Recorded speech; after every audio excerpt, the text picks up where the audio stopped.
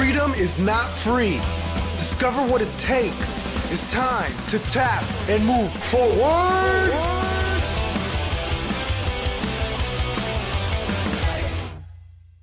Hello and welcome to Tap and Move Forward. I'm your host, Lynn Shelley.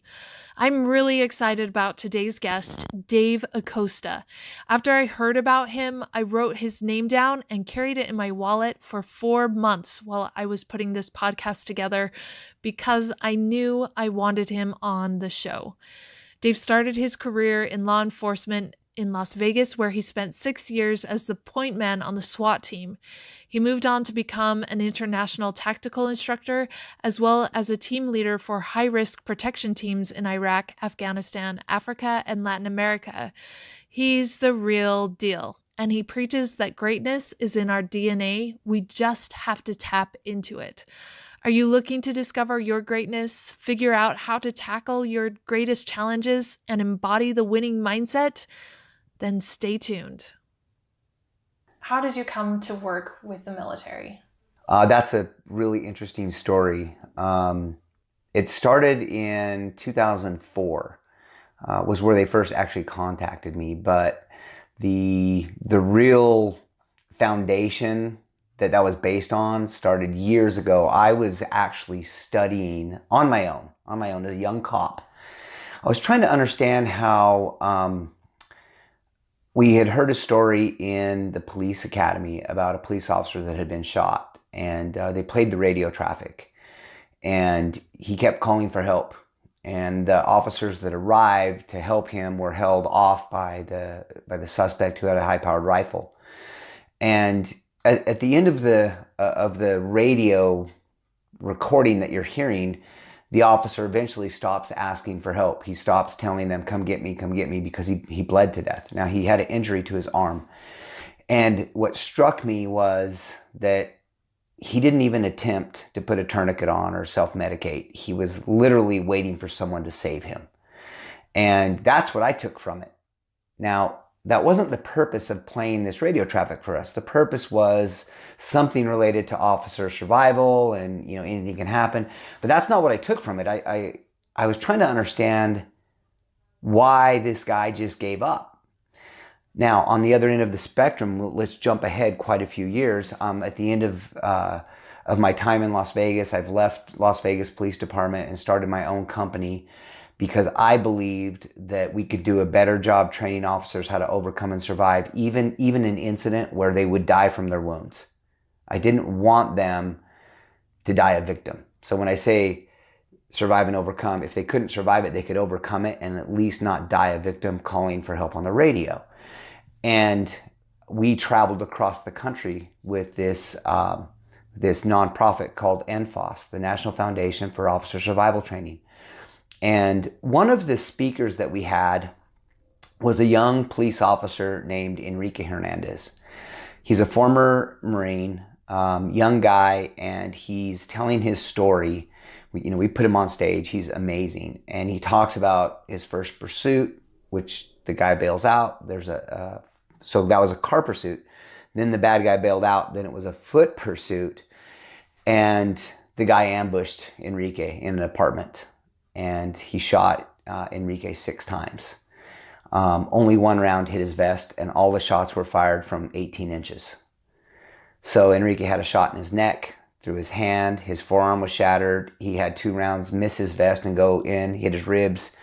Both rounds lodged in his back, and one through his leg, and he should have died. But when he collapsed from all of the gunshot wounds in the front yard, instead of praying to God that he would survive, he was able to pull his knife out. And his prayer to God was, if he gets close enough to kill me, I'll be able to grab him and pull him down to where I'm at, and I'll finish him with the knife. So you have these 2 completely ends of the spectrum. You've got this one officer who literally said, help me, help me, help me. And another officer who should be dead, who refused to give up. He was going to use his dying breath to fight back. And I believed that I could train officers to be Enrique Hernandez. Some of us, it's in our nature. It's just who we are. But not the majority of people. They're not it's in your DNA, but they don't realize it. So I developed a formula to help people realize it is in their DNA to be that guy all the time, or woman. And in the 2004 SHOT Show, I was there with a company that a lot of people know about now, but back then it was brand new. I was helping out a guy that had just started a company called Magpool. And I had made a product that he said I violated his patent, which I did. And he's a great guy. And he's like, but I love your idea. Let's build it together. And so we built a product, and I was at SHOT Show when these former SEALs came up to me. I think they were from SEAL Team 2. They had started a company called SOC, Special Operations Consulting. They were competing for contracts in Iraq, competing with Blackwater and Triple Canopy. And they said, we have heard your theory and what you're preaching, and we're interested.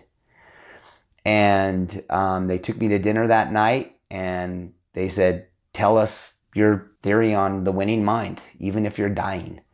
I told them what I just told you, and that was the beginning of a completely 180-degree turn in my life. 7 days later, I landed in Baghdad and started working with we would call it the command center, the Baghdad Operations Center for the company. And that's when I started contracting and got introduced to a world I had no idea existed. I thought prior to this, as a SWAT team leader, as the point man going through the door first on probably over 1,500 operations, I thought I was really good at what I did. Tactics and teamwork in Iraq with no support. Contractors do not have support. You can't call an airstrike. You can't call a QRF to come get you. There are guys that were SEALs yesterday. Today they're contractors. You literally are on your own. And to be dropped into that as an outside guy and be accepted, it's 1 in a million. And that's where everything changed for me. And so it's probably a little bit of a long answer, but that gives you a little bit of the history of events of how I got there. And then the rest is just an exciting adventure from there. Was it mainly one team that you worked with, or did you work with multiple teams while you were there? What was your job in Iraq? So it was, when you say one team, yes, it was one team. But that's also a great question about what does that look like? Because people don't understand. So SOC had numerous contracts. Some of the contracts, for example, the Baghdad Operations Center, that group of guys were pretty much the team leaders. So we had SEALs, we had former Green Berets, we even had former guys from CAG, former guys from Team 6. I mean, it was some legit operators in this group. And our job was to go visit different contracts that SOC had. For example, one of the contracts that they had in the JOF was to escort all of the ordnance that was captured in the war and wasn't exploded, to escort it from wherever it was gathered to a second point in a secure area where it would be disposed of by Tetra Tech, which is a outside contracting company that would blow it up and dispose of it. Somebody had to provide the security to get it from A to B where it would be disposed of. That was one contract. There were other contracts that I was a part of that were more getting a VIP from one spot to the next, typically civilian contractors. You know, sometimes you had to go to a university, for example, that had been destroyed somewhere in the conflict, because you have a guy who is an engineer and he's a civilian. He needs to get to the university and do an assessment on what they're going to need to rebuild it to be whatever it's going to be, a police station or a hospital or whatever. That guy needs protection. So we did a lot of high value asset protection for the US government, as well as other contracts but all of it had to do with moving assets within Iraq. And that's a very dangerous thing. In 2004, 5, and 6, everywhere we went, if people identified you, they were going to drive a car or a motorcycle into you and blow themselves up. You know, there was no way to avoid roads that were laden with IEDs. While I was there, 2004 and 5 were crazy years. Our team, we drove back and forth between where we lived, which was not on a base or in the green zone. We literally lived in a neighborhood, and we got attacked in that neighborhood. But we would leave our villa, go to the green zone, pick up a VIP. So the green zone was where the embassy is, and then get them out to Camp Victory. We had to take Route Irish. We had to take Route Irish 2 to 4 times a day, sometimes 6 times a day if you count each way. This is the most dangerous road on the planet. IEDs every single day, multiple IEDs. And most IEDs were followed up by a secondary attack. So while you're trying to drag your buddy out of a burning vehicle, you've got these guys shooting at you, and they will shoot at you from 200 or 300 yards away, which is a bunch of civilian houses. You can't just return fire blindly into these civilian houses. So they're using the civilians as cover. It was absolute insanity. But the jobs had to be done every day, and that was our job, to move these people around so that they could do their business. Did you also act as a consultant while you were there to these teams? I actually consulted more for the company. They were curious of an outside or foreign outside view of how they were handling contracts and just how things were going. So they actually had me come back and write an assessment. As far as consulting for the teams themselves, I was actually asked to go to all of these different locations where they had members of the teams, some assigned in a job, some assigned somewhere else, and speak on the winning mind. And that was intimidating for me, because I knew most of these guys saw me initially as just a cop. And I've even had close friends here who are, former special operations guys, not realize they're saying, well, you were a cop, like they've excluded me. And I'm like, I've been on as many missions as you have, because I did contracting for 13 years. So it kind of bothered me. And we did it without any support. So that bothered me a little bit, as you can tell. But, eventually guys started to realize that, that it bothered me, and they would be like, that's not what I meant. What I meant was you came in as a cop, and then you had to learn to do what we do with us. And that's true. So I was intimidated because I knew going in that they were going to see me as just a cop. And I am going to come and tell a bunch of former SEALs about the winning mind? Are you kidding? But I think the thing that really helped me out, and this is something I speak to corporations about all the time, it's about qualification. There was a Navy SEAL, former SEAL from SEAL Team 2. His name was Mark Madsen. We became best friends. I referred to him as Maddie. In the beginning, the first week I was there, before I had a chance to go anywhere and speak, I was running operations as part of the team in Baghdad, from the Baghdad Operations Center, running these operations on Route Irish and stuff. We had a couple pretty bad incidents. And I don't care how badass you think you are, until you're in it, you really don't know how you're going to respond. Once those things were said and done, all the questions were answered. For me personally, and for the guys I was with who were going, oh, I don't know. So when we walked into the very first place that we went where I spoke, before I spoke, Mark got up in front of these guys, and they all respect him. And he said, this is Davey. I've been with him for a couple weeks. He's good to go. Listen to what he has to say. And it was done. It was done. That really was an eye-opener for me about qualification. And it makes sense. A Navy SEAL is not going to introduce an outsider into a team of fellow SEALs, even in the contracting world, if there's a chance that he's going to get them killed. He has to be qualified at some level where they can trust him. And so when Mark said that, those guys knew, because of who he was, and he was one of them, that the qualification had been done, and they just said, okay. And it blew me away. They were very open-minded. If I said something that made sense to them that they hadn't heard before, they put it in their tool bag. And if I didn't say anything that was new to them, it didn't matter. We were on the same page already anyway. So having that person to step in front to those other guys like him and say, this guy's good to go, that was the key. Someone that was qualified had turned around and said, this guy's good to go. And then, by virtue of who he was and where he'd been, there was no problem. What was the best thing you had to offer them on the Winning Mind? I don't think that I gave any of these guys from the special operations community, I don't think I gave any of them a lightning bolt moment, to be honest with you. I think that I validated what all of them were practicing every day, the way they lived their lives. I think that was important to them, that someone from the outside, and they did respect me as an operator because, in Las Vegas, we did a lot of tactical missions and they were real. The danger was real. So to a degree, I was qualified in a world that they've never been in.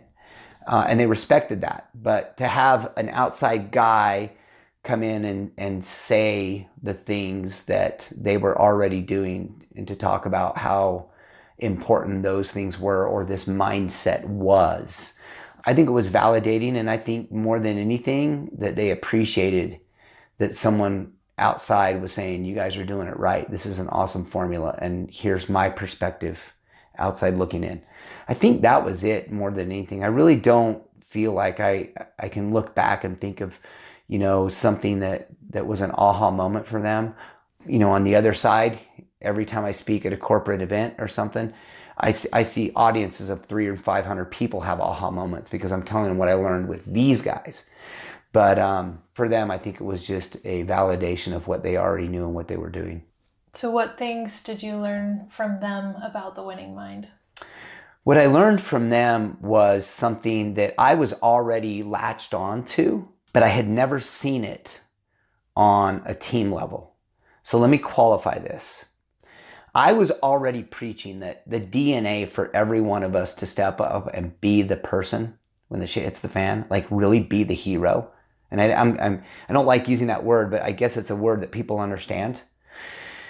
I'm telling people you can be that guy or gal. And the example I give, and I think you and I have talked about this before, but the best example I give is, if your 3-year-old fell into a raging river, you aren't going to stop. And I'm talking about whether you're a guy or a woman or even a teenage brother or sister. You're not stopping to assess the speed of the water, the temperature of the water, the obstacles in the water you're not assessing your swimming skill. You're just going. You're going in because if there's even a 1% chance that you would save that child, you're going to go for it. And you're going to give it everything you have, even if you die trying. It's in our DNA.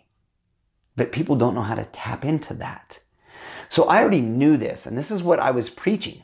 I was preaching this a long time ago. As a matter of fact, Dr. Corey Hammond, who was at the time one of the top experts in the world on multiple personality disorder, he heard what I was speaking about and called me to his office at the U of U. That's another subject. Maybe we can go in that in a minute. I think we really should, about multiple personality disorder and why he called me into his office. But he validated me and what I was saying. And he just told me, I've never seen anybody take the theory and implement it in the field. Come and see me.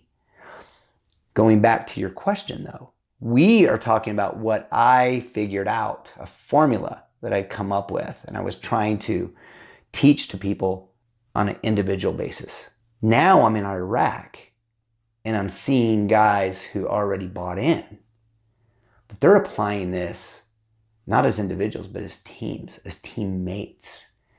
And this was my light bulb moment when these guys, we would train every morning. We'd get up early before we'd run operations and work out. And I love telling the story because I think that the SEALs invented CrossFit because we didn't have a weight room that first couple contracts I was on out in the villa.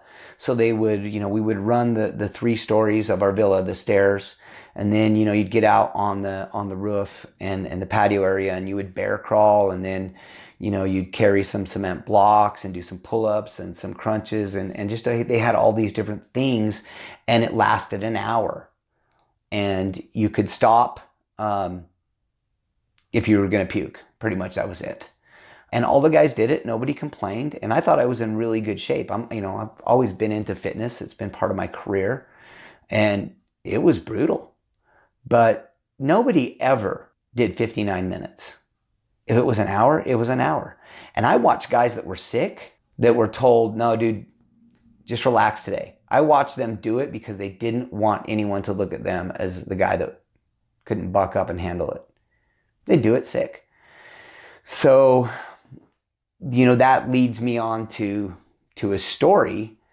Like I said, I had a light bulb moment. So that's kind of, one of the things I saw is that they were all working as a team, but it hadn't really registered with me as to why or how important what I was seeing was. I didn't really fit in the puzzle yet. But then we were out at Camp Victory, and sometimes we would go out there and our clients would have meetings for 4, even 6 hours. So you're out there all day. And Camp Victory was like its own city. Now remember, we just made the drive down Route Irish, and you get there and it's like, okay, you got 4 hours to kill. And Mark was a team leader, and he would have us after lunch. A lot of times it'd be 120 degrees, and I'm not even exaggerating. He'd have us throw our vests on, and we'd go out to a range and we'd shoot, and we'd practice doing exiting the vehicles under fire exercises, rescuing somebody from a downed vehicle. And I struggled with that at some point because I was thinking, man, we're really flirting with some heat related stuff here. We've still got to run afternoon missions. And so one day I asked him what I was missing. And again, I tell people when I share this story, especially in the corporate environment, it's important that you don't get so locked into your opinion that you think that you're right and someone's wrong, and you approach them and say, that doesn't make sense, because you're going to put them on the defensive. I am so glad I came to Maddie and I said, what am I missing? And he explained something that changed my life. It really did. He said, Davey, I want you to think about this. Because I told him, what am I missing? Because of, what I believed that we were flirting with these heat-related injuries or sicknesses that could come from training at that time of the day. And he said, I want you to think about this evening at 5 o'clock, definitely the hottest part of the day, late afternoon. He said, we're going to be going back on Route Irish. Victor 1, which is vehicle 1, is going to hit an IED. And Tug, one of my close friends, he said, Tug's going to be in that front seat unconscious. The vehicle's on fire. He's going to weigh over 200 pounds with his gear. You're going to run up there to save his life. And you're going to try and drag his unconscious body out of there. And in the process, you've got to return fire with one hand, with your M4, while you're trying to drag your unconscious buddy, 200 plus pounds, 50 yards back to cover somewhere. It will be a hell of a lot hotter than it is right now. And he said, we train in the most hostile, austere, challenging environment we can find. So when the shit really hits the fan, there's no question that we are ready to do what we have to do, and we can stay focused on the job at hand. That changed my life. I mean, that answer, every time I relate this story, I get goosebumps, because I started to think, wait a minute, now I get it. It's not about me. It's about everybody but me. That's why nobody cuts a corner in the fitness. That's why nobody complains about training after lunch in 120 degree weather. That's why everybody goes the extra mile. Even after they've done their fitness, they're still doing push-ups and they're still doing burpees and stuff. That's why these guys do all this stuff. It's not because they're crazy SEALs. It's because the worst thing that they could do is fail their brother. It's unacceptable. It is unacceptable that you don't prepare enough to keep your brother alive. And that was it. Life-changing. I came home and I just started telling the world, imagine, I don't care if you're in a corporation, if you're a football team, or even in your own family environment, imagine if whatever environment you're in, everybody there said, hey, failing my brother or sister is the worst thing that could happen. And so they worked because they wanted to make sure that the person to their right and the person to their left succeeded. That's the key. That's why the SEALs are the SEALs. That's why even Rangers and MARSOC units and the Special Forces guys, in the Army, the Green Berets and CAG and all these elite teams that everybody talks about, they all have that in common. They all have a qualification process. And once you make it, you don't see your brother as black, white, fat, tall, skinny, Mexican, whatever. All of those stupid things that we have in our society, those are gone. They just see a fellow Ranger, a fellow SEAL, a fellow Green Beret, and they would do anything for that guy, even if they've just met him. And so that, like I said, that changed my life. I came home, I'm like, guys, this is the message. And so now the question I get now all the time when I speak at the corporate level is, how do we achieve it? Exactly. And so that's when I start talking to the bosses and I'm like, do you want to achieve this? What are you doing? How are you proving to your 300 employees? How are you proving to them that you love them? Because I'm going to tell you, when you're at the top, anything you say is lip service. How are you backing that up? I just consulted for a company, and I think I have their permission to say this. I consulted and spoke for a company called Big D. They'll probably do, I think, $1.7 billion this year. It's a Utah company, construction. I sat down with the owners. The actual founder and owner heard me speak and referred me back to his son and the COO. And he's like, you guys got to meet this guy. And the COO, he'd already heard me speak. And Troy is a great guy. He already thinks this way. And we sat down and we talked about they want to change their culture. And so I was going to speak to the whole company and we talked about some things. And I was blown away. They're telling me they want to change the culture. I've come from consulting at other companies where they tell me that and they bring me in and they don't do a damn thing that I suggest. Their ego's in the way. The company outgrew the leadership. I had that experience already this last year.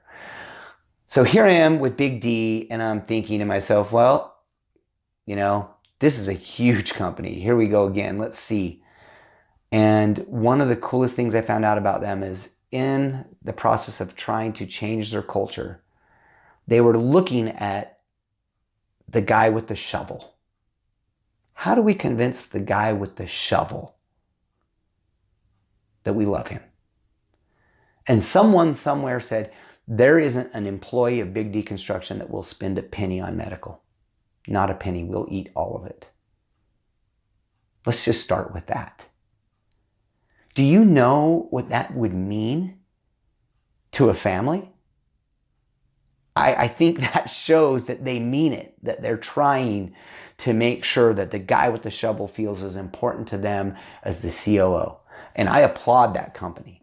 That's a rare example of a company that size doing something that makes a difference. So it has to start with the leadership. You can't say we want to change, we want everybody to adopt this, I would do anything for you, if the leadership isn't showing through their actions that they are going to start, that they're going to be the ones that start this. And so that's the key. Another thing that I tell them is the key is you have to be careful because let's say you are a 300 employee company. It's going to be hard across the board to be able to have this type of unity. But if the company is divided into, let's just say, for whatever reason, for a project, you've got a 12-man team. You've got 2 leaders. And so with that 12-man team, and so, maybe they've divided their span of leadership or control as 6 people. So you've got 2 leaders and then 12 men and women in that company. Well, that's the way to do it, because there's a pod, a small group that become intimately familiar with each other, and they're all good at different things, and that's what makes that team really good. And those 2 leaders are always complimenting the guys on what they do right. Quit focusing on what they're doing wrong. Everybody makes mistakes. That drives me nuts. You are not a leader if you're pointing out all of the time where people need to improve. That doesn't work. It just makes people resent you. And some people, they are who they are. I love coaching. I coach at Tempe High School right now. I like to coach at high schools. One of the things that I preach with coaching staffs, because it's about communication, know your kids. There's going to be Johnny that you can say, Johnny, pull your head out of your butt. You're better than that. And that's what Johnny responds to. And he's good to go. He didn't get offended. He's not defensive. He's not hurt. That's how Johnny operates because you know him.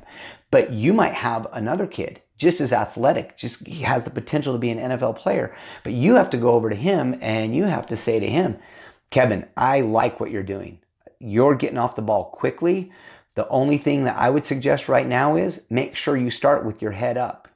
Your head is down right now. So even though you're getting off the ball quickly, you're still having to find where the play is because you started looking at the ground. Okay, I gave him a compliment, told him what I loved about him, and then I gave him a suggestion to improve. He needs that. So you have to be patient as the leader, as the coach. You have to be patient enough to do your homework and know the kids and give them the attention the way that they need the attention. And I've met leaders who are like, no, if I say do it this way, just do it my way. And they have a blanket policy for the way that they lead. And I've had arguments with people. They're just like, no, you're wrong. That's just the way it is. And yeah, you know what? Sometimes in the military, it is the way it is. You get a commander, he's like, this is how it is. That's great. Guys are not united because he's a good leader. Guys are united because they're standing next to their best friend and they don't want to fail him. Not because that guy's a good leader. Because that guy will step out of his role in the military and he'll go into the civilian world and he'll try and lead that way and he will fail. And I have been a contractor and watched these high-ranking leaders come in and just nosedive in the contracting world, civilian world, because they can't come in and start blanket leading. This is my style, you're going to do it. This is civilian world, dude. You can't make me do push-ups, But then again, I've seen guys come out of the military and come over. These are guys who learn to love their men. And that translates in the civilian world, and they are a better leader than anyone you've ever met in that corporation. So it's interesting because I think guys with military experience, what they can bring in a positive way for leadership far outweighs the guys that can't make the transition. So if I'm an employer or someone that's in the civilian world and I have an opportunity to interview someone for a job that has a military background, especially they've held positions of leadership, I would be excited about that because they under most circumstances are going to bring a lot of real world experience that is going to be just gold for you. What advice would you give to somebody who finds themselves on a team that's lacking direction or under the leadership of a poor leader? So it's difficult to be under poor leadership. I've experienced it in Afghanistan in a contract, and it was brutal. It was far more risky, and I'm talking about the emotional toll that was being taken and the stress being in the villa with this guy than being on the road and possibly being attacked. So even though he was the leader of the whole contract for Afghanistan, I was right under him. That was a real challenge for me. It's interesting. My family knew about the challenge I was experiencing, and what it came down to, the way that we survived as a team, is it wasn't about that guy anymore. We really didn't care what happened to him. Honestly, it got that bad. We just didn't give a damn what happened to him. But we cared so much more about each other that we protected each other. We protected each other physically and we protected each other emotionally. When the guy would get on somebody, guys would just start stepping up and no, that wasn't right. He wasn't used to that. He was used to being, a high-ranking official in the Marine Corps or whatever, and he would scream and yell, and we would band together and protect each other. And eventually, things changed. The contract was successful, and the problem eventually had to be removed because he exposed himself in other ways. So what I'm saying here in a nutshell is unify your team. Somebody has to step up and unify the team, even under a bad leader, so the guys are living and succeeding for each other. And eventually it goes away. There's always a brighter day, trust me. Unify yourselves, do it for each other, love each other, have an emotional bond, and you'll survive that leadership, that poor leadership time frame in your life. It's going to go away, whether it's because the contract ends or because he moves on or because he gets fired. It will go away. But the only way you survive bad leadership is to have someone else step up underneath that leadership and unify the team. That's important. And to me, I don't know any other answers, because there are so many times when no one's going to know what you're suffering because you have no way to circumvent that leadership, and you just have to deal with it. And that's just part of life. Sometimes life ain't fair, but that doesn't mean that we have to feel sorry for ourselves. And it doesn't mean we have to suffer alone. Tough circumstances can be unifying if someone is willing to step up and say, guys, let's get together. We got this. We'll be okay. What is your best advice for unifying a team, particularly when you don't have the pre-qualification? At most, there's a basic training pre-qualification, or maybe people are in basic training and they're looking to create unity. How would they create unity as a team when they don't necessarily have that pre-qualification that those elite teams do? That's an awesome question. And I'm going to bet that your listeners are like, aha, haha, get that one. And I'm going to tell you, it's simple. It's love. That's the word.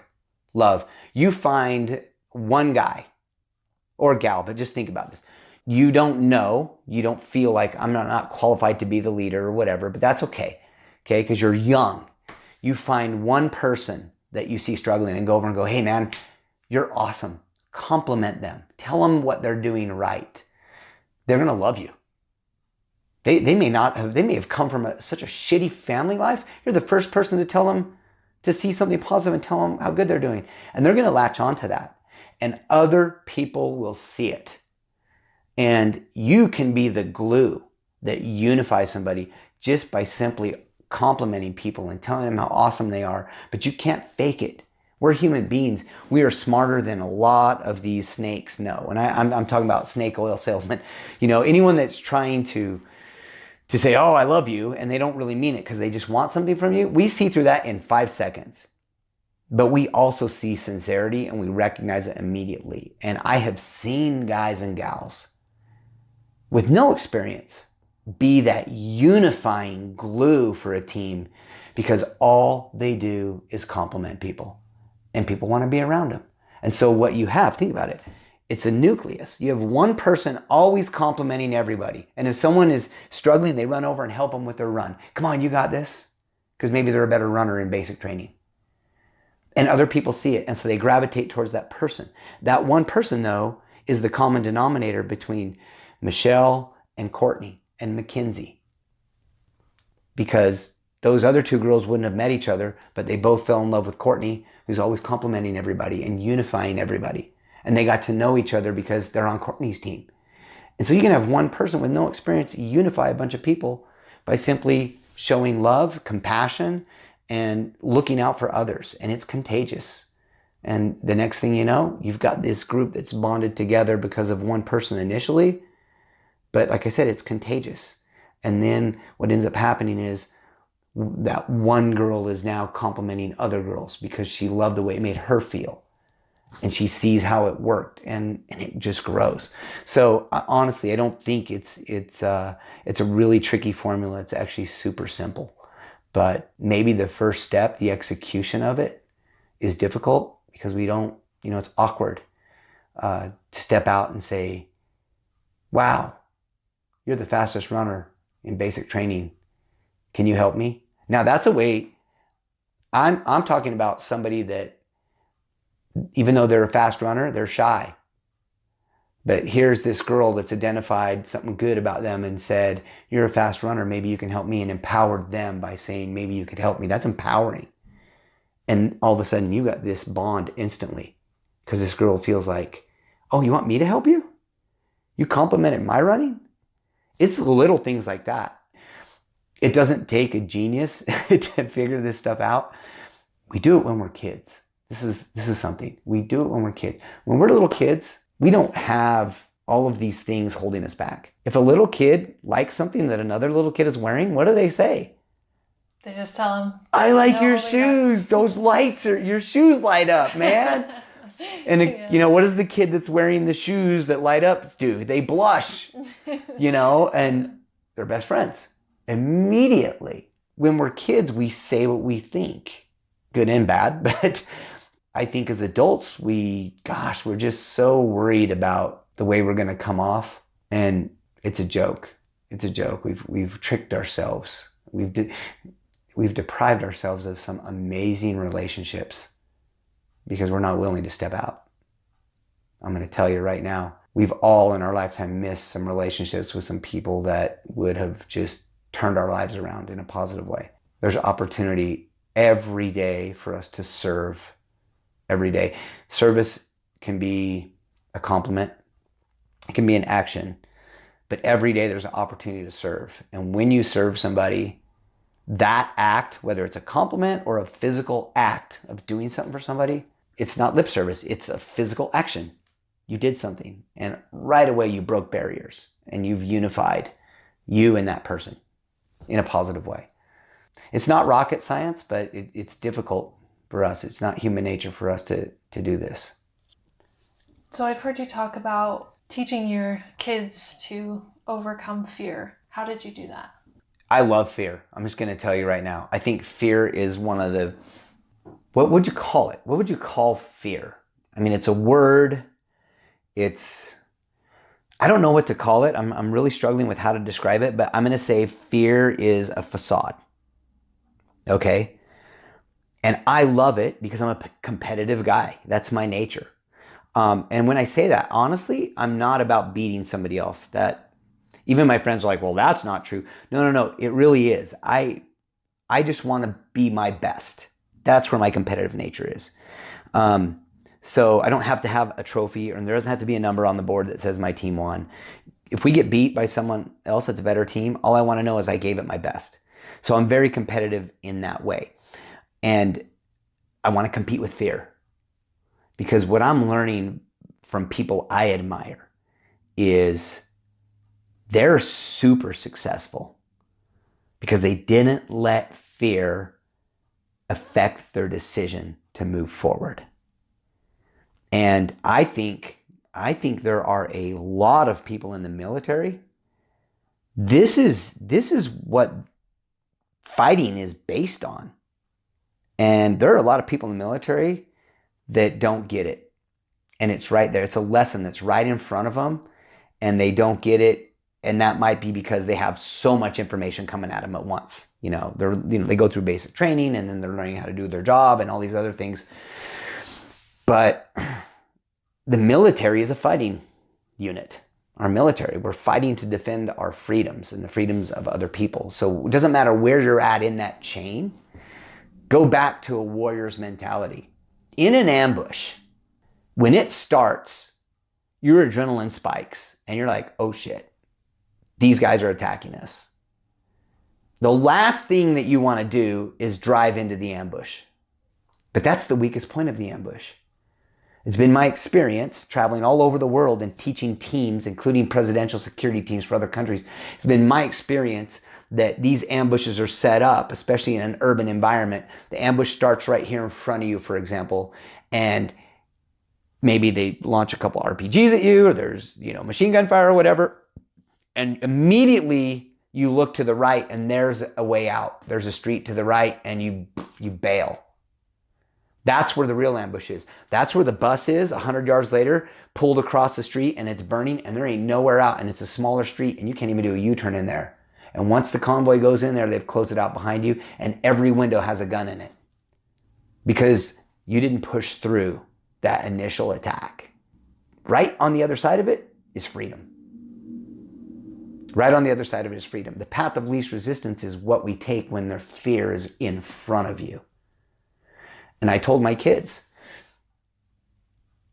fear is a very thin veil that is blocking your ability to see success and reward. That's it. So go for it. The worst thing that can happen is you don't succeed.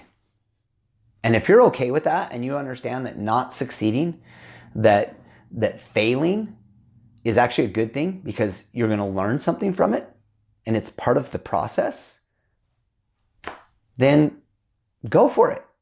Go for it. Whatever you're dreaming, go for it. And the kids, all three of my kids have latched onto that. They all three have turned out to be very successful, very confident kids growing up. All of them have chased some pretty cool dreams. And it's funny, my wife and I, we've had young parents come to us that know our kids and say, how did you do it? And I'm going to be honest about this. We weren't the best parents. We know people that are way better parents than us. Remember, every child has free agency and every kid is who they are. I don't think that they're always a product of their environment. Some kids can come from a bad environment and choose to overcome because that's who they are. And some kids can come from a very blessed environment and still choose to be, let's just say, non-contributors to society. So I think that you have to consider that when people ask us how we did it. Look, our kids are who they are, but we did provide an environment where we taught them every day, it doesn't matter if you're a woman or a man. What you want to do, go get it. Just give it 100%. If it doesn't work out, check that box. You gave it 100%. Wasn't meant to be for whatever reason. It's interesting though, I say that, and I've said that in presentations before, and I'm having an epiphany as I'm talking to you because I don't really buy into that necessarily. It's not my nature to say, well, that didn't work out. Maybe I'll try something else. It's my nature to say, that didn't work out, so that means this path wasn't the right path to my end. I'm going to find a way. Over, under, through, around. I'm going to find a different way.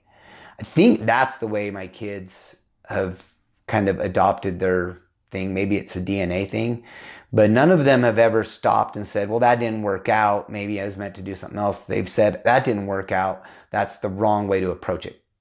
And they've stuck with what they've wanted to accomplish, which now that they're adults has been so fun for my wife and I to watch. We're very blessed. That might be a long answer, but I hope that people were able to follow where I'm going with that. And let me just recap it. Fear is a very thin veil for success. And people that are risk adverse are not going to enjoy the quality of life those of us willing to take risks enjoy. So what would you tell someone who's risk adverse? I would tell them to be happy with themselves. There's nothing wrong with that. There is not, I'm not judging. I want you to know. I'm glad you asked that question, because people expect me to say, well, here's how you do it. If you're risk adverse and that's who you are, then what you're saying is you're happy with a job that gives you a paycheck. Maybe it gives you insurance. It allows you to live in a nice home. It allows you to provide for your family. It gives you stability. Stability makes you happy. And that allows you to have a good marriage because you're not freaking out all the time about finances. And it allows you to spend whatever time you can with your kids. If you're happy living that lifestyle, then embrace it and say, I'm risk adverse, but I'm also not putting my family's, financial future at risk. This is who I am. I'm not judging you. Don't judge yourself. Don't look at a guy that is making $1 billion because he took a lot of risks and he succeeded and be jealous. Or say, I wish that was me. Because if you're risk adverse and that's who you are you happy? Look at all of the blessings that come from you being stable. That's okay. So then what about the person who has lived a life to be risk adverse because they think that's the right, quote unquote, right thing to do. However, inside of them, they yearn for something more. Oh, I'm so happy you asked that. So I have a friend that came to me one day. He knows that I do a lot of, in the past, I've done a lot of one-on-one sessions. And people come to my home office and they'll say, I've hit a wall and they want help. And honestly, let me qualify this part of what I'm telling you. In all the years I've helped people one-on-one, I've only had one person come in where I'm like, I can't help you. Because if they haven't hit that wall of desperation, they're not ready for what I have to say. Anyway, but I'll tell you a story about that. So I had a guy and he came in here and he didn't officially want a session because he was a friend, but he's like, tell me what you tell people. And so we started talking, and I can't remember what he did. I think he was in the construction industry, or maybe he might have been in real estate, but something in that industry. And he never went to college, got married young after high school and started his career making, pretty decent money in the industry. And he's been in it for 20 some odd years. And so here he is, 40 years old. And he's like, I'm just not satisfied. I'm not happy. And he's looking on the wall, like you can see in here. And I just asked him, I said, well, what do you want? And he's like, I would give anything to have 2 weeks of your life. And he started pointing at the wall here, these pictures of all these different places. And I said, let's do it. Let's not do 2 weeks though. You're 40. You have all the experience you need. You're mature. When you're 60, if you don't take advantage of what I'm about to tell you, you're going to look back and go, man, I wasted 20 years. I mean, you're fit. You're the perfect age. Let's go do it. And he looked at me like I was crazy. And he's like, what? I said, quit your job and go to the police academy. Because when someone calls 911 because someone's robbing them or there's been an accident and you're responding to help somebody, there's nothing like the thrill of flipping your siren on and going code 3 knowing that you're coming to help somebody that's desperately needing you. There's nothing more fulfilling. He goes, I'll take a $20,000 pay cut. And I said, but you'll be happy. And he's like, you're crazy. So I jump ahead 18 months. My wife ran into his wife in the gym. And his wife told my wife, and I'm going to make up a name, okay? She's like, Tracy comes home every night at 2 a.m. and he wakes me up and he'll say, you'll never believe what happened on patrol today. He's a cop. 40 years old. He quit his job, took the pay cut, went in and became a cop. And he loves every second of his life. His marriage is better. He's easier to get along with. Every day's a new adventure. And he feels fulfilled because there isn't a day that he doesn't come home at the end of a shift that he didn't help somebody. Like legitimately, physically help somebody. It's funny because now I've watched him. He's 8 or 6 years into his career now, and he absolutely loves it. And I tell his story all the time because here he was at 40 going, now what? And he took the challenge. And I didn't think he was going to. He took the challenge and he changed his life. And who knows, right? Who knows? But I've had other guys sit on the couch and say, that's crazy. And that's not for me. I'm looking for you to give me some help. And when I tell them that, it just doesn't make sense. And so we have a choice is where I'm going with this. So there are people, coming back to your question, there are people who by nature are risk adverse. If you are one of those people and you get to the point and you're like, well, wait a minute, don't categorize me and say I'm risk adverse and I should embrace it. Okay, if I offended you with that, then go for it.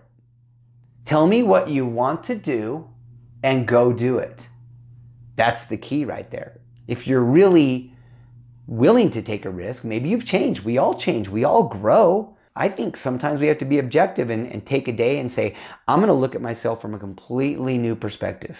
Could I go to Belize on $5,000 and become a scuba diving instructor and start my own business in 18 months, teaching tourists how to scuba dive in the most beautiful place on the planet? Yeah. So now do it, right? And that's where, that's my challenge to people. Look, if you think, well, I've done this for so many years, but I have it in me to make a big change, well, then go make the big change. We only have one life to live. And I'm telling you, especially for people in their 40s and 50s, this is the perfect time for you to make a change. You're seeing it wrong. You're thinking you're getting towards the end and you don't have a lot to offer. And nothing could be further from the truth. You just had a career and it wasn't that fulfilling. But it got it done. It got your kids into school, into college. It got you a house. It gave you stable, whatever you needed. What do you want to do now? What do you want to do now? Because you got 10, 15, 20 amazing years ahead of you. Go do it. You talked a little bit about the importance of hitting the proverbial wall before you're really ready. Something I've noticed is that coming to the end or hitting the bottom of the barrel, that's really when you decide it is? Yes. You want me to talk about that? Yes. It's interesting that you asked that because I think people have to be so uncomfortable with where they're at that they finally move. They physically move. So, like with fitness, you can want to be fit. I think we all want to be fit. Let's be honest. I think all of us want to be fit, physically fit. And it's a tough thing to do. Physical fitness requires a huge sacrifice. It requires exercise and a program. It requires changing the way that you eat, which is the hardest thing for most of us. I know that's my hardest thing. If I want to elevate my level of fitness from where I'm at now, it would require a change in diet, and it's uncomfortable.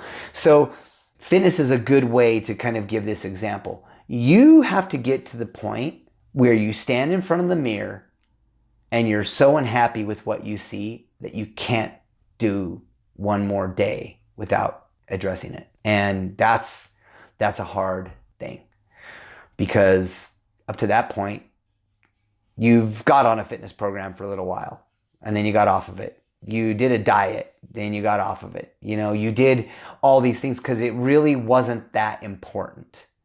So when it gets so uncomfortable that you can't take another day of that and you're willing to commit to real change, then it will happen. Now, I would say that example is one that everybody can relate to. But let's talk about it on a personal level. You don't like your job, but you're good at it, and it's provided an income all these years. I personally can't wrap my head around staying there another day if you have a dream or some skills that would be appreciated somewhere else. But we're happy to stay in lukewarm water because we're comfortable. And we're happy to complain every day about it. But you don't have to stay there. It's interesting. I watched one of my son-in-laws, and we were so blessed in our family. Both of our son-in-laws are just superstars. But I watched one of my son-in-laws not be happy with where he was. He's a really good salesman, but he is an entrepreneur by nature. And that's what he's looking for. He had all these reasons why not to quit his amazing job. And he had a really good job with a company I won't name, but it is an extremely well-known company in Utah. And he finally just said, I'm out. And he went in and gave him the notice. Now here's the company that he did not feel appreciated by, and he did not like his supervisor. His supervisor had no leadership skills whatsoever. It was only when he said, I'm out, that all of a sudden they wanted to tell him how much they appreciated him, and they wanted to offer him more money and some perks and maybe a promotion and all that. And it was really funny. Then it was whoa, wait a minute. And we talked, and I look at him and I'm like, is that what you want to do? You planned on leaving. And he really didn't hesitate much, but we did have that conversation that all of a sudden they had all this appreciation for him. And he was never getting paid what he was worth in the first place, and they knew it. But that's how big companies are. So he left. And it's interesting. Now he has time to follow his entrepreneurial desires. But another company snatched him right up, and they said, we love you. We're going to pay you this. We're going to let you work from home. You fly out to San Diego on our dime once a month, blah, blah, blah. And he's like, are you kidding me? That's the way you want me to work? And he has all this extra free time. He got out of the lukewarm water and found this paradise, literally a pot of lukewarm water. Now he's in this gorgeous swimming pool with waterfalls or whatever you want to say. And he's got the freedom to do whatever he wants.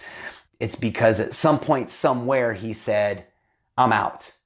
I can't do this one more day. And right now he's enjoying the best of both worlds. He's got a steady income. He feels much more appreciated. He's making more money than he was making before. And he's been allowed a lot more time to build his whatever he wants, as far as his entrepreneurial desires go. So there's more out there than we realize. But if we're comfortable where we're at, again, fear, that thin veil that keeps us locked in. I've heard you say that what scares people can be a huge advantage What does that mean? Yeah, it's a huge advantage for me. Yeah. What does that mean? So again, let's, go back to what you asked me about what I teach my kids. What scares everybody else is a huge advantage for me, because while they're scared, they're having to slow down, stop, be very, very, again, risk adverse. They want to assess it because it's scary, right? And that's where I'm like, everybody's stopping. And I put it in another gear. Here's a good example. I raced desert racing on motorcycles for years. The guys that taught me how to race, they taught me something. I think this is a really good example of what I'm talking about. Guys can ride fast in the desert on little trails. Guys can, maneuver their dirt bikes at pretty high speeds around boulders, and they can climb up crazy inclines and hills in this desert race. But where everybody freaks out is when you're coming downhill and there's boulders to the right and a cliff to the left. You're just, gravity is working against you. And so you're trying to tap your brakes so you don't slide the bike out from under you and go down, off a cliff or down the hill or hit a boulder or whatever. So we're very cautious going downhill because we already have momentum. And my buddies were the top racers in their divisions in Nevada, because they would get on a hill and I thought they were nuts. They would pin it. They would just fly down the hill. And it's a scary, scary thing. And I'm like, what are you guys doing? Like, Dave, this is where you win. Everybody else is on their brakes and you're on the gas. Are you kidding? Really? What's the difference? If you're tapping your brakes down the hill because you don't want to make a mistake and fall off, you're probably doing 10 miles an hour. But we just came off a flat run through an arroyo with boulders in it, putting our life on the line at 50 miles an hour. Now I'm coming downhill and I'm doing 25 miles an hour. It's half of what I was doing out there. It's just psychological. You're going downhill, so you're scared of too much speed. I started thinking about that. Made all the sense in the world. Speed is momentum. Momentum is control. I learned that on the ski slopes. First time you ever get on the ski slopes, you look down, it's so steep, all you want to do is go as slow as possible. But once you learn how to ski, speed is your friend, because speed allows you to put your edges in and hold the line. You need momentum. So while everybody else is hitting their brakes, that's the signal for me to charge forward, because there's nobody up in front because they're on their brakes. And that's what fear does to people. Fear makes everybody slow down. And that's the green light for me to go faster. Can you talk about real versus perceived threats? How to decide or know the difference between the two? Sure. So a good foundation for that answer would be, in the tactical world, what we teach. We just got back from Brazil. We just trained about 180 tactical operators in Brazil. And we're teaching this concept. And we're saying, okay, you've come into this building where there's been a shooting and the suspect is, we're not really sure where he is. So as you come into this opening, the first, like a restaurant, you come in and everything is a threat. Anywhere where he could be hiding, that's a threat. But you see someone move to your left across the hallway. Okay, so the perceived threat could be to your right. It could have been at 2:00. But then you saw this movement, and so now that becomes the real threat. That's a verified movement that you saw. So now you're saying that's the primary threat, that's the real threat, and the perceived threats that are over here are no longer my priority, if that makes sense. So that's the way we teach them. Yes, that could be a place where the bad guy's hiding, but you just saw a person here.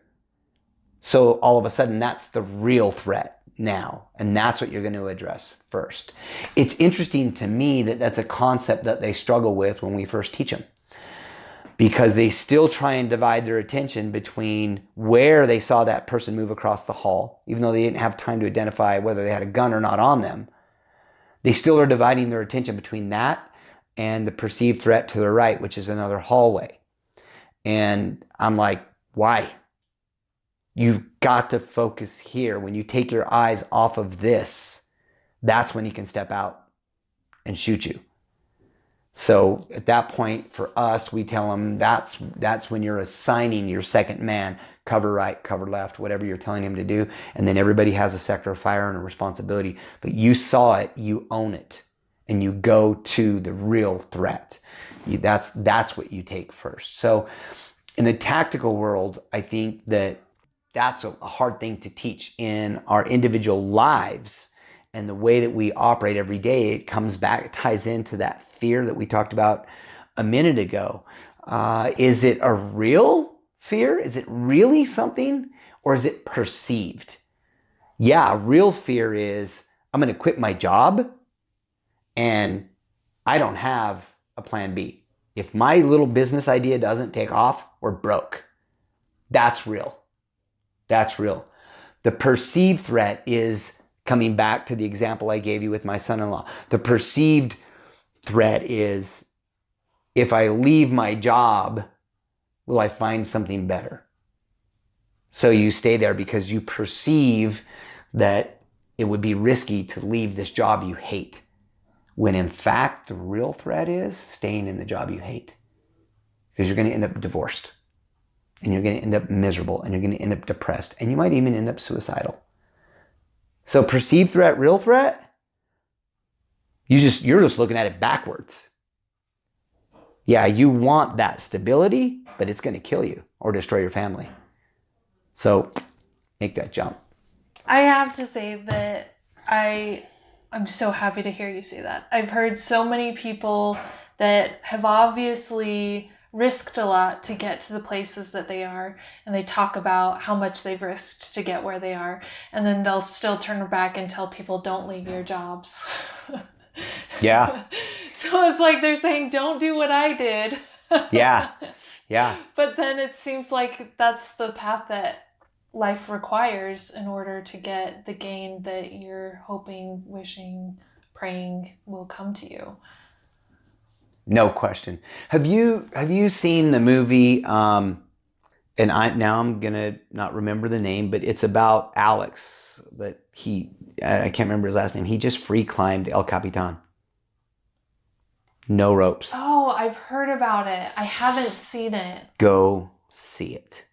So here's this free climber climbing 3,600 feet with no safety ropes. Right.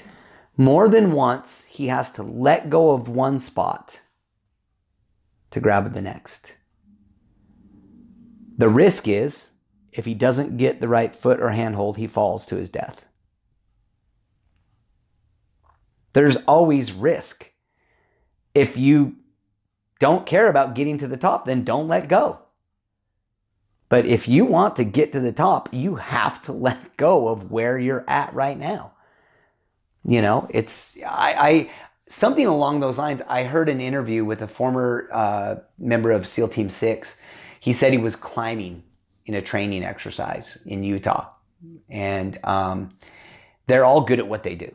They were good climbers because that's part of their thing. He said, but I just had a brain freeze, and it was weird. And the next thing I know, I panicked and I'm stuck on the side of this cliff. And he said, that was so not like me. That was one of the things I was trying to fight. What is going on?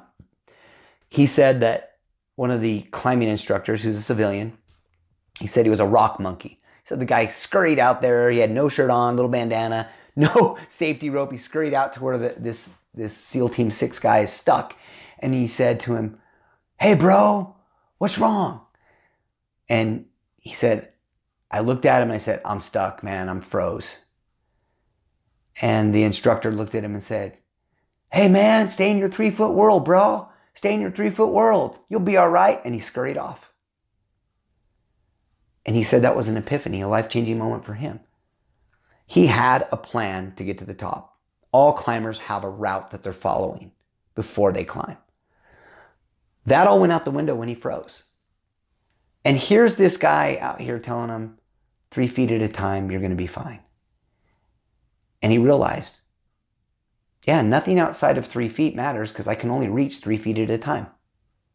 The next foothold or handhold is within 3 feet. I'm going to find it. And 3 feet at a time, where did he end up? At the top. Sometimes we just have to slow down and go 3 feet at a time. But we still have to execute. Unless you're just going to be happy stuck on the side of the cliff. At some point, if you want to move up, you got to let go and grab another handhold. It's just all there is to it. Perfect. That's a perfect segue into talking about discomfort. We tend to be very happy with our comforts, but then we're not risking anything to get what we need. So to get what we want, what we're trying to create in our lives. So what do we need to do to get comfortable with discomfort? Comfortable being uncomfortable. Right. Comfortable being uncomfortable. Here's the way that I see it. It's a requirement to progress, to move forward, to break something. You have to break something. You have to tear something. If you're into fitness and you're developing muscle, maybe what a lot of people don't realize is these people that have really great physiques, they're really fit, they're muscular, they're very athletic, whatever. What they don't understand is that person goes in and lifts weights and works really, really hard. They're tearing muscle fibers. And the muscle grows at night when it's fed protein and some of the other things that it needs to regenerate, and it comes back stronger. But it requires that effort of being uncomfortable, the discomfort of working and putting your body right to the max that it can do and pushing it beyond that. Because when you're resting, you've now hurt yourself. But that's the process of building muscle. You tear and it grows and it heals, and you tear and it grows and it heals. That's required in life. You have to get out of your comfort zone. And I'll tell you what I think happens when you get out of your comfort zone. It becomes addicting. Because when you get out of your comfort zone and do something and you realize you could do it, you're excited and your self-confidence grows and your self-worth grows. And all of a sudden you like who you are and you like who you're becoming, and you start to challenge yourself. The key is getting out of the lukewarm water. That's the key. And getting out and being cold or hot or whatever and being okay with it. It's interesting. This is how, and I'll talk about the Navy SEALs, this is how their BUDS program works.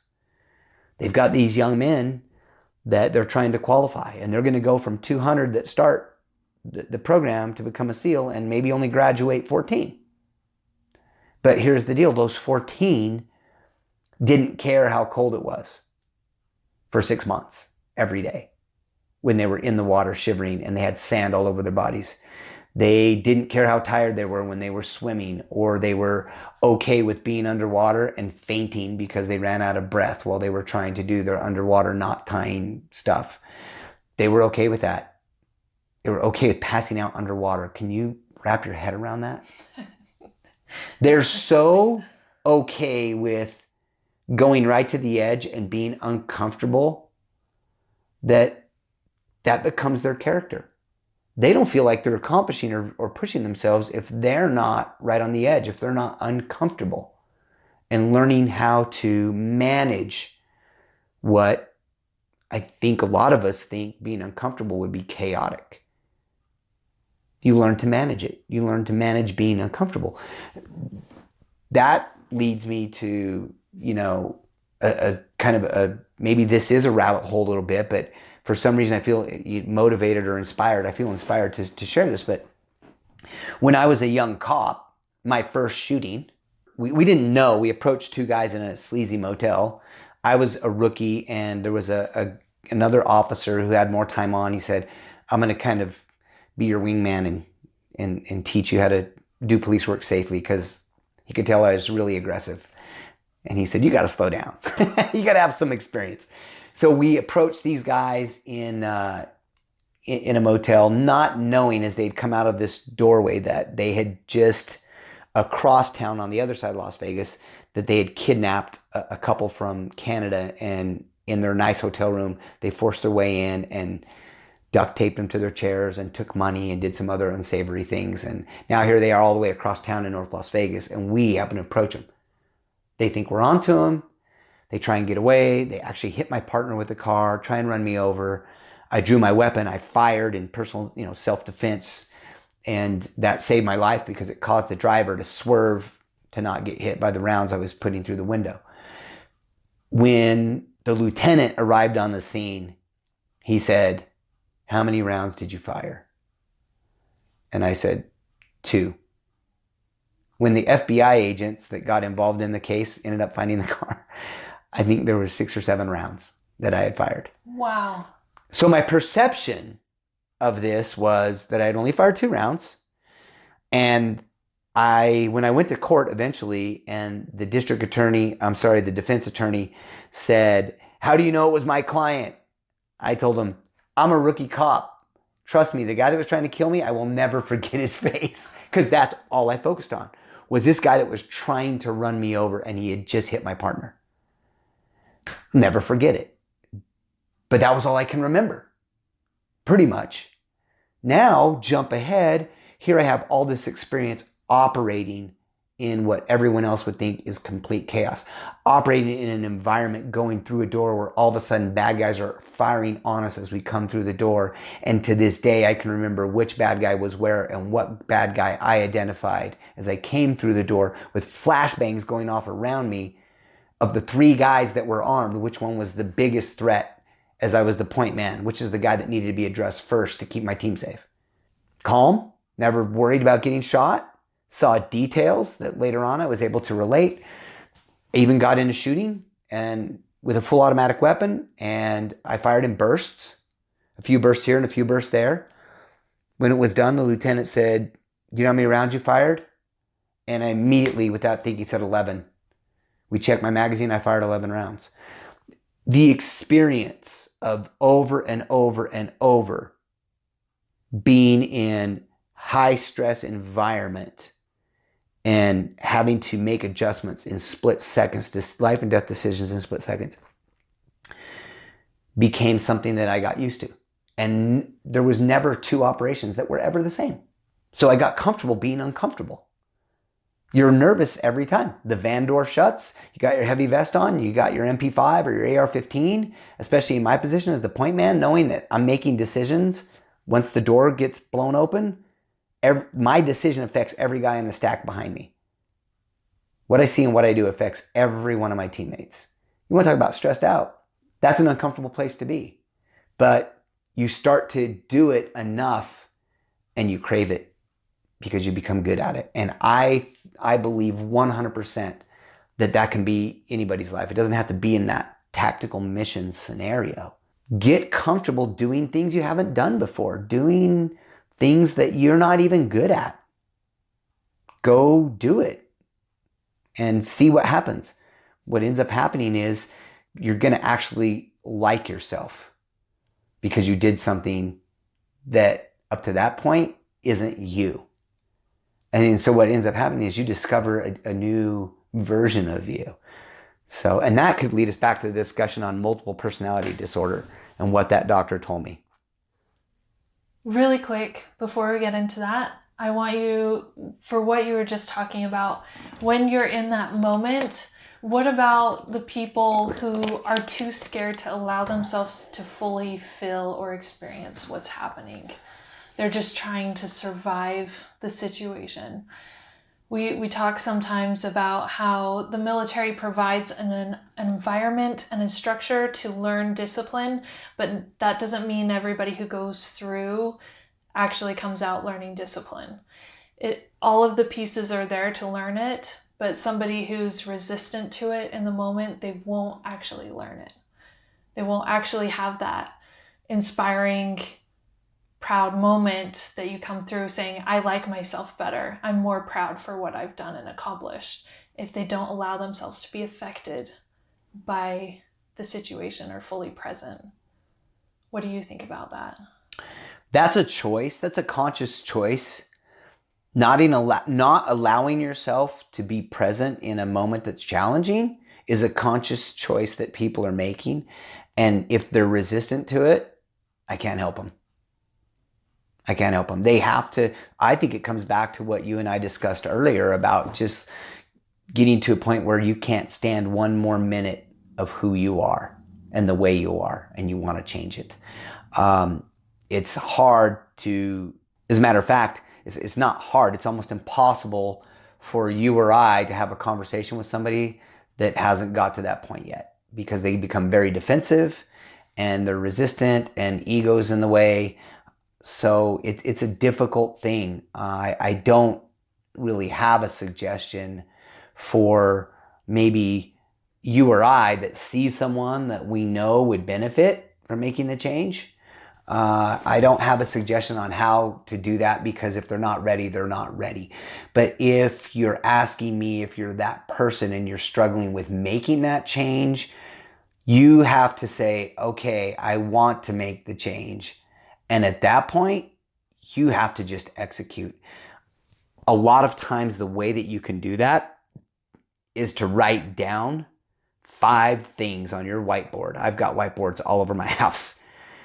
5 things. There's one right there. There's one right there. 5 things that scare the crap out of you. And go get them. Knock them down. Whatever it is. I don't like speaking. Okay, go take a class on public speaking. Let's knock that one out.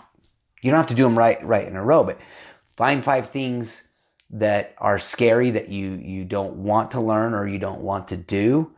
It could be something as simple as this, to be honest with you. You're not good at starting relationships. So one of the things is interacting with people. So your goal now is somebody in my neighborhood that I know is lonely or that I know could use a friend. I'm going to actually go and introduce myself. Watch how rewarding that is. That will be amazing. Even if they don't accept you, even if they're like, excuse me, you're in my space. Thanks, but no thanks. As awkward as that is when you walk away, you did it. You did it. And that's where it starts. So if you're that person that is resistant to it, but you still feel like you want to, write down 5 things that scare you and go get them one at a time. They can be very simple things. As soon as you accomplish one, you're empowered. And then again, I come back to this. The more things that we do out of our comfort zone, the more proud of ourselves we are. The more you can look in the mirror and start loving what you see. This is where we all screw up. All of us. People don't judge us. I don't believe in that. I think it's a cop-out. Even if they were judging us, I don't give a damn. I don't care what you think of me. That wasn't the point, because I'm not living my life for the one critic that doesn't like what I'm doing. There's always going to be critics out there. Most people are so busy trying to manage their own life that they don't have time to judge you. If you make a mistake, for example, I talked to some of these young high school athletes. I had this girl that wants to, well, she did. She went on to play college basketball. I worked with her. I told her, you have false expectations. When you're at the free throw line, if you miss the free throw and you guys lose the game, who did you disappoint? And her answer without hesitation was, I disappointed my coach. I disappointed my teammates. I disappointed my mom and dad, everybody that was there at the game, blah, blah, blah, blah. I'm like, how long will it take you to get over it? And she's like, it's going to bother me until I'm back on that free throw line in another game. And I said, great. So you're going to practice tight from now until the next game with all the pressure of I can't make that mistake again. Literally, you're going to go a week with all the pressure of I can't make that mistake again. The next time you get on that free throw line, you're going to brick. Because that's all you've thought about. Nobody cares. Nobody cares. And I'm telling her, your coach, yeah, you didn't make it, but he loves you and he wants you to be successful. So he's like, that's okay. He's going to help you get better. Your teammates, they're a little bit disappointed, but you're girls, you're teenage girls. You guys can forget about this in 15 minutes afterward at a pizza party when you're talking about boys. Nobody really cares. Your mom and dad love you, so they don't want to think about it anymore. They just don't want you to feel bad and be depressed. And all of us in the stands, all of us, in an hour, we forgot you missed that 3-pointer because I'm working on a project for work, or we've got a scout thing with our other son, or everybody's living their own lives. The only person that thinks you're a failure is you. And if you make another mistake, you stack it on top of that. And you think everybody is judging you, and it's you, you're judging yourself. We judge ourselves, and we don't like ourselves, and we put ourselves down, and we demean ourselves, and all of a sudden our confidence is gone, and we're depressed, and we don't even know where to go next. We do it to ourselves. So the way you break out of it is you do that list. What are the 5 things that scare me right now? Go knock one of those off your list and see how you feel. And you'll start to realize the more times you face your fears, the more times you work on being comfortable, being uncomfortable, challenging yourself, you're going to realize you're a pretty cool cat. You are capable of way more than you ever thought. I'm going to drive it home with this. You're the same person that I talked about earlier in this podcast. You're the same person that I said, I know if that 3-year-old falls in, you're going in. Without a thought for your own safety, you're going to go in. You're going to do anything you can to save that child. You're that person. We'll talk about an overachiever. That's the epitome of an amazing human being. Without thought for themselves, they jump in and risk everything to maybe save that child. It's in your DNA. Why aren't you tapping into that every day? Why does you have to wait for one crazy moment to prove it? This is my message to everybody. Why are you waiting to be that person when you can be that person every day? Every day. That shouldn't be surprising. If you go jump in the river after a kid, it shouldn't surprise you, and it shouldn't surprise anyone that knows you because they know that's who you are. You're just a doer. But right now, you're asking yourself, how do I become that person?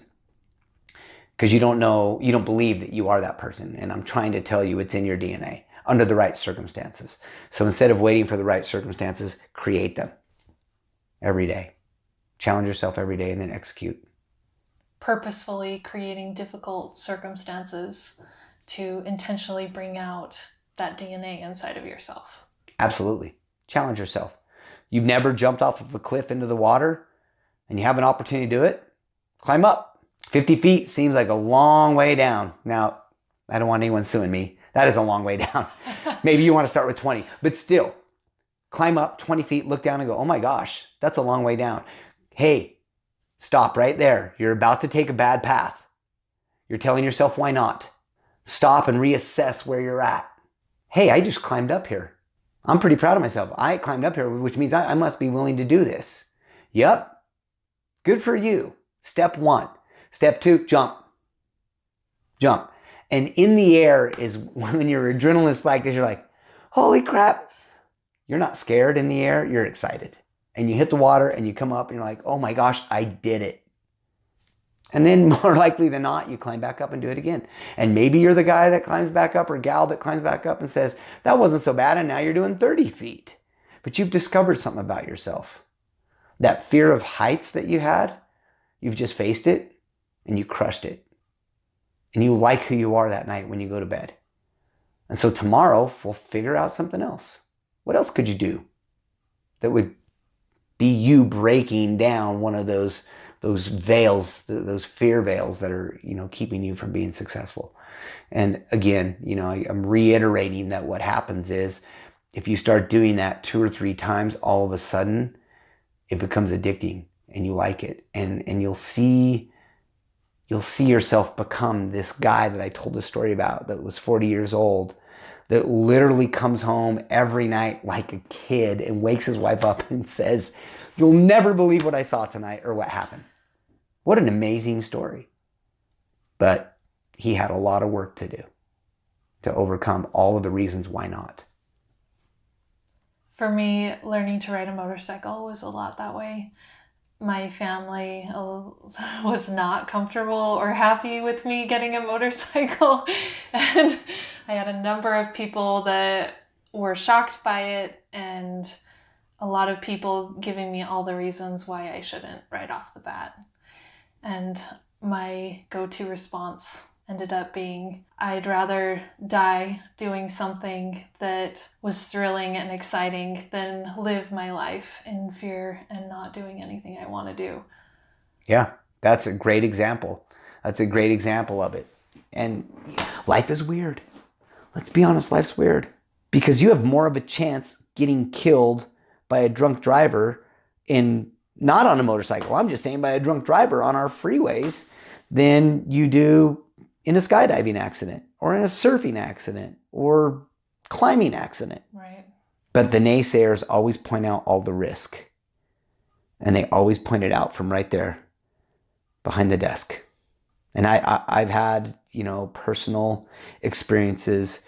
I had to learn as I started getting into social media, I had to learn to just not even respond because I'd be challenged by something I would say or do or whatever.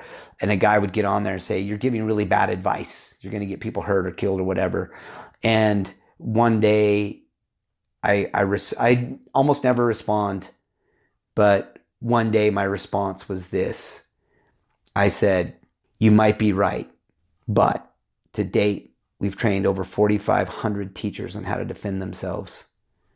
And they're empowered by the simple fact that they know that they can do something to win against an active shooter. How many teachers have you trained? The end.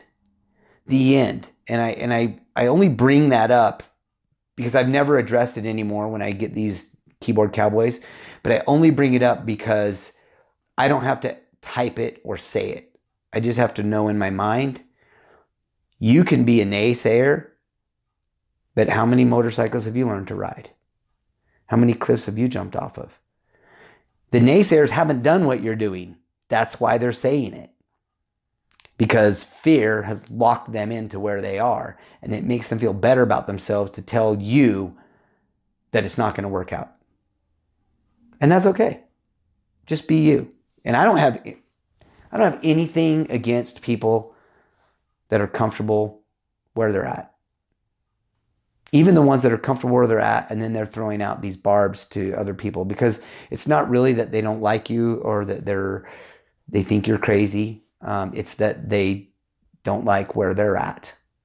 And so it bothers them to see someone doing something that they would never do. And that's okay. That's okay, because you hit it right on the head.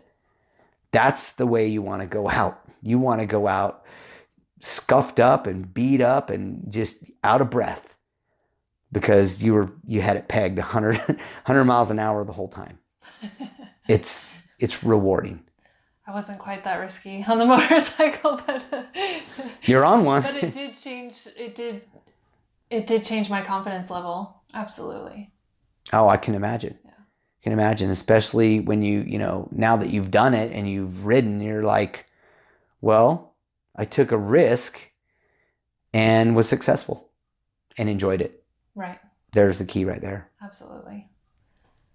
So coming back around once more, how does all of this tie into multiple personality? It's real simple. And at first it didn't make sense to me. Corey Hammond reached out to me and invited me to his office at the University of Utah. And we met, and he explained his study of multiple personality disorder. And my take on it is that we all have, there's a bunch of us inside Dave, myself, right? But you and I share this in common. We all have the voices. One that says, that's dangerous. One that says, it's fun. One that says, you can do it. One that tells you why not to do it. And we have these conversations in our heads all the time. And he's telling me, he's like, Dave, that all of us have that. And you're telling people, overcome, flip a switch, and fight back. Be this cop that refuses to die a victim. Instead of the guy that's on the radio going, I'm bleeding, come get me. Say it once. Officer down at this location, I need help, and then get busy. Get busy living. Even if it's 30 more seconds, don't be the victim, go get it. Go get the guy that just took your family from you. That's my attitude. And he loved it. He said, it makes perfect sense. You're trying to get them to flip the switch that is there, but it's only there under certain circumstances. And you're trying to train them to be able to flip it anytime so that they're more likely to survive. So we had that in common. It was a really good conversation. So what I've learned to do is to say, hey, let's just accept that there's a bunch of us inside of us. There's a bunch of versions of Dave. What if I, instead of having these voices go, I don't know, you might want to rethink that, da-da-da-da-da-da, these little things that go on, which a lot of times people are giving in to the one that is more conservative, risk adverse. What if we unite the voices inside us? What if we unite them to say, look, I know that there's a part of me that's always going to say that's risky. And I'm okay with that. I need that to make sure that I really have evaluated what I'm about to do. Does the reward outweigh the risk? Yes, it does. Now that voice is like, okay, you heard me. That's all I needed. Unite the voices so that the common goal is I want to accomplish the things that make me happy. I want to love myself. If we can get all the voices in our head to be united towards a common goal, I think we're golden. And that was what I got from him was, it's okay if people realize that, yeah, you're two different people or more. Think about these guys that I've been out there with. One of my closest friends is a new relationship for me. He's been in the SEALs for over 21 years. He's been a SEAL commander for 14. He's literally had the guys next to him die when he didn't in IEDs. He's had some of his closest friends shot and killed a few feet from him. He's been shot. He's survived incredible things over the last 21 years. And, you know, we talk, him and I, and it's interesting. We were talking just this week as we were in Brazil. We had a lot of time together. And we both acknowledged that it's the weirdest thing about technology is you've just survived something devastating. Maybe you lost some friends. Maybe you physically are injured. Whatever, you've just come from this insane environment in a place that people can't even comprehend, even though they see it on the news. And literally, in the blink of an eye, which is a 24-hour period, you're back in Salt Lake City, you get off of an airplane, and you're on I-15 on your way home to your neighborhood, to your house, on the golf course. And you have to be that guy, the good neighbor. You're a husband with an awesome wife and great kids, and they want your attention, and the neighbors want to ask you questions, and you have to be the guy that, even if you don't want to talk about it, you have to be cordial and say, yeah, no, nothing really happened, you know, and then ask them, well, how's your wife? How are your kids doing? You have to be this guy that's living in the neighborhood as if nothing just happened to you. We live a double life, especially people in the military. Cops live a double life. It's manageable. It's manageable if you can get those voices to work towards a common goal. And if you can say, when I have to, I'm this guy or gal. When I have to, this is who I am. But I can turn it off and turn it on at will. I've mastered it. And I think that is being able to do that, to unite the voices and to recognize and accept that sometimes you are two different people in different circumstances, that it's okay, especially if it's for the common good, right? To protect yourself or defend yourself or to rescue somebody or whatever. It's okay, and it's fulfilling. It's fulfilling. I mean, let's face it. This life is about self-management. That's what it comes down to. Self-management. Can you figure out how to be the best leader of you? If you can, you're going to love your life. You're going to feel fulfilled, and you're going to always look for opportunities to grow. And that's the key. If we're always looking for opportunities to grow, we'll be happy because we'll like the fact that we're working. We're always busy trying to be better. Are there any books that have been influential to you in your life? Yes. One of my favorite books that I've read 4 or 5 times, maybe even more, is it's a book called Fearless. It's the Adam Brown story. It's about a guy that he was an addict. He was addicted to crack cocaine. Excuse me. He was addicted to crack cocaine. He met a woman, and I believe that relationships are important. He met a woman that invested in him. She loved him and believed in him, and together they worked on overcoming this addiction. And addictions are very, very difficult to overcome. Not only did he overcome the addiction, he went on to become a Navy SEAL. And then he gets injured in his SEAL career. He had some fingers that were permanently damaged. He actually lost his right eye. And even with those, I want to say disabilities, whatever you want to call it, he still said, I want to try out for Team 6. I mean, that's the elite of the elite. And they told him, you can't. You guys, only a very, very small percentage of guys with 2 good eyes make it. And he's like, great, just give me a chance. And if I don't qualify, I don't qualify. And he went on to become an operator on SEAL Team 6. Wow. His story leaves you without excuse. It leaves you without excuse. It is the best book I've ever read. There's another book. There are a lot of books out there. A good friend of mine, Jason Redman, wrote the book, The Trident. I like that book for a different reason. Jason he got shot up really bad. So that's part of his story, was him getting shot, and that's kind of what brings you in. But that's not, to me, his story of survival to me isn't. It's an incredible story of survival, but there's a lot of guys that are former SEALs or former recon, or come from the special operations community, that, like Jason, have overcome and survived things that should have killed him, even like Enrique. So I don't want to say that he's unique in that way, but what was unique about his book and his perspective is he was a SEAL team leader, and he was not good at it. And he's very raw and open about why he was a really bad leader and why he literally had his toes hanging over the cliff of being dismissed from the SEALs. And the fact that he's so candid about that and what turned him around and gave him a second chance, that is what I like about this book, because here's a guy that just lays it all out and you can learn from his story. And he's written this book in that way so that you can look at yourself before you get to where he was and say, am I that guy? Can I fix it? It's a great book. It's a great book, I think, on leadership. So that's The Trident. Those are 2 of my favorite books right now. If you could give new enlistees in the military one superpower to help them in their career and the future of the military, what would it be? To see the future. To see the future for what it really is. They're young, they're coming in, they're drinking from a fire hose. There's so much new to them. Maybe they're coming from a tough circumstance.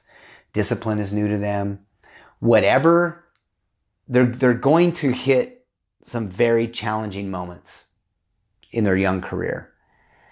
And that's where it's very easy to get tunnel vision and only see a few feet in front of you. If I could give them a superpower, it would be to see the future, to see what the potential really is, what's really out there, because it will allow them to step back when they feel pressure, they feel, like they're being squashed, to look back and go, this is okay, this is part of the process, but where is it going to allow me to go? Absolutely 100% worth the effort. That's the biggest thing. If they could just step back and see the future and know, number one, everything's going to be okay. And number two, there's way more opportunity for them to be successful and happy than they've ever dreamed possible by this career. I think it's an awesome career, and what it offers, it really, the sky is the limit when you enlist. It's just up to you. Thank you so much. You're welcome. Honestly, such an amazing interview. Your perspectives are phenomenal. I'm so excited to release this content and share it with my listeners. Thank you so much for being on the show. You're welcome. It was a pleasure. I hope you enjoyed this episode and found many ways to help you excel. One of my favorite things that Dave said was that he loves fear and he wants to compete with fear in order to be his best. I'm starting my own list of 5 awesome challenges for myself. Join me in taking the challenge. How will you challenge yourself as a result of this episode? Share on the Tap and Move Forward social media or website. If you want to learn more about Dave Acosta or get links to his awesome social media content, visit www.tamfpodcast.com/DNA.